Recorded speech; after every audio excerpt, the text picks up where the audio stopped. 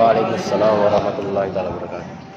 Alhamdulillah, salatu wassalamu ala rasulillah. Kepada Allah kita memuji, alhamdulillah, dan kepada Rasulullah kita kirim salawat sebanyak-banyaknya.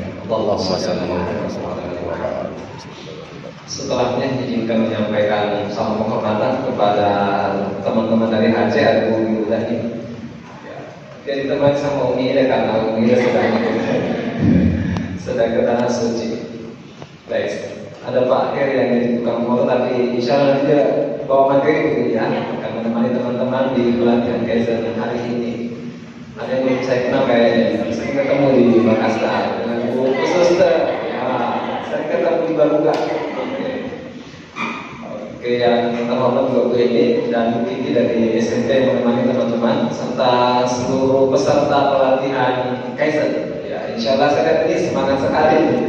Meskipun bidang-bidang puing-puing di kepalanya itu saya sudah lihat dan bahkan sejak kemarin sudah ada beberapa yang kena.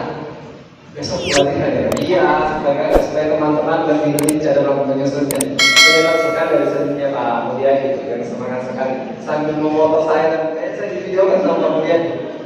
Baik teman-teman, menarik tadi disampaikan oleh Ustaz tadi dalam tadaburnya.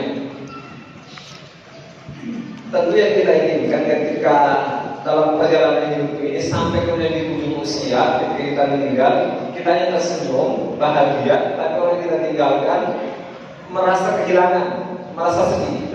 Kira-kira gimana caranya? Nah, pasti ibadah harus bagus tentunya. Hubungan dengan sesama manusia harus bagus. Dan satu hal,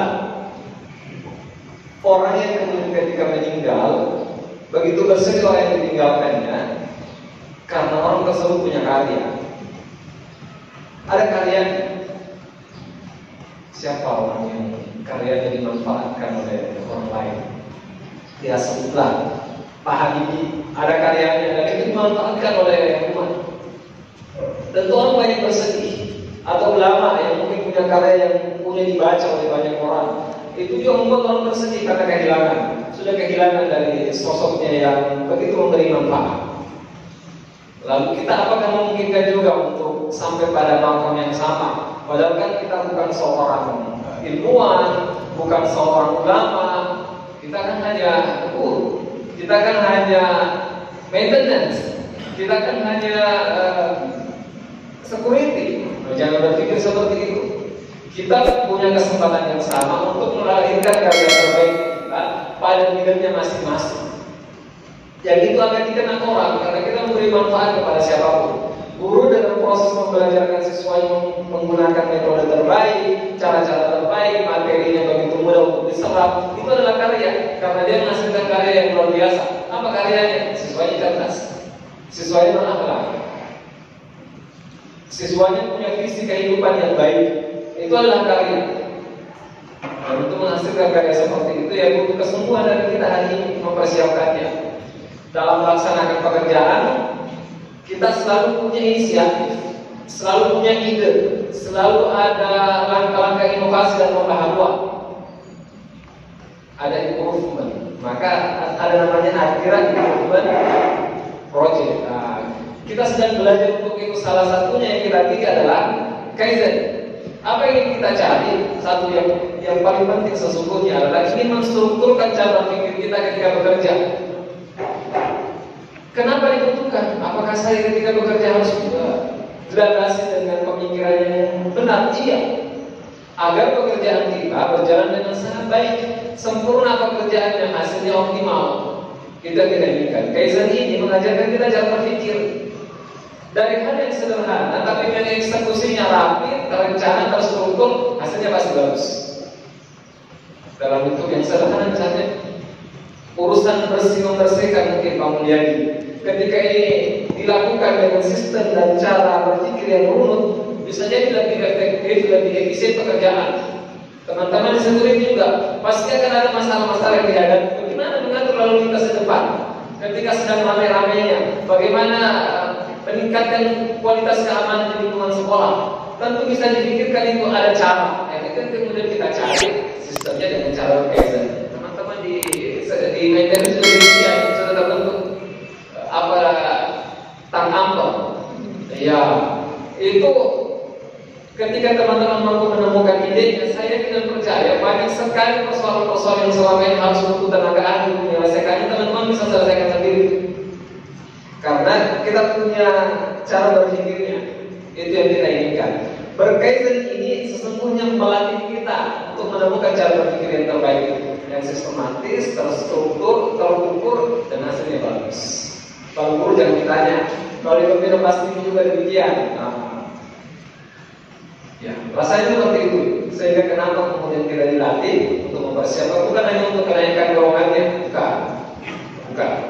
Jadi landasan utamanya adalah agar kita punya sistem bekerja yang lebih bagus. Untuk memenangkan persaingan, kita harus selalu inovatif. Kemarin kan sudah lihat pengumumannya, sekolah terbaik Sulsel gagal dicampur ini. Ada yang saling pendatang baru, dan akan selalu hadir pendatang baru. Kan itu bukan urusannya maintenance, Ustaz. Bukan urusannya security. Siapa bilang? Urusan tak semua. Karena tidak bisa mengajar guru dengan baik kalau tidak disupport dengan sarana dan lingkungan sekolah yang nyaman dan aman. Kalau tidak jalan di masa ini, tidak bagus selesainya, tidak bisa tidur siswa di atas nama, tidak belajar, tidak enak belajar di kelas, kan tidak bisa optimal, tidak aman, tidak diantar ke muridnya dan macam-macam. Semua terkait. Jadi semua capaian kita hari ini adalah wujud kerja bersama. Maka semua harus punya pemikiran yang sama, harus kita besarkan sekolah ini dengan inovasi.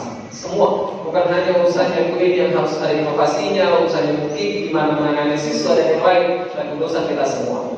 Urusan security, di maintenance, dan semuanya yang lain. Termasuk di dapur, termasuk di dapur. Karena dapur ternyata yang paling menentukan di antara sekian banyak yang lain. Kalau siswa lapar, tidak bagus makannya, akhirnya tidak bisa belajar dengan nyaman. Makanya dapur perlu ide yang lebih banyak, makanan-makanan dan minuman yang kekinian yang disenangi oleh siswa sehingga mereka nyaman belajar. Hingga kemudian saya meyakini sangat boleh jadi sumbangan paling besar yang menyebabkan siswa atau sekolah ini mampu menjadi sekolah terbaik nasional boleh jadi bukan karena gurunya, tapi boleh jadi karena masakannya yang enak. Iya, itu sangat boleh jadi, dan saya meyakini karena kita tidak bisa mengajar di kelas sebagus apapun programnya, kalau perut peroncongan dan tidak bagus, ya tidak ada yang bisa tereksekusi dengan baik. Terakhir, teman-teman silakan dengan penuh semangat dan antusias mengikuti pelatihan ini 2 hari kemudian. Oke, 2 hari itu singkat. Insya Allah disiapkan kopi, disiapkan kopi. Supaya tidak ngantuk. Karena biasanya kalau sudah ada di masa angin,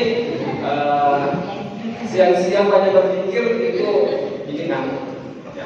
Tapi saya yakin teman-teman yang sebagai fasilitatornya akan membantu teman-teman untuk lebih mudah menangkap seperti apa modelnya, dan pasti akan beda-beda levelnya. Ada yang harus sampai step sekian, ada yang cukup sampai sekian, ada yang harus sampai jurnal.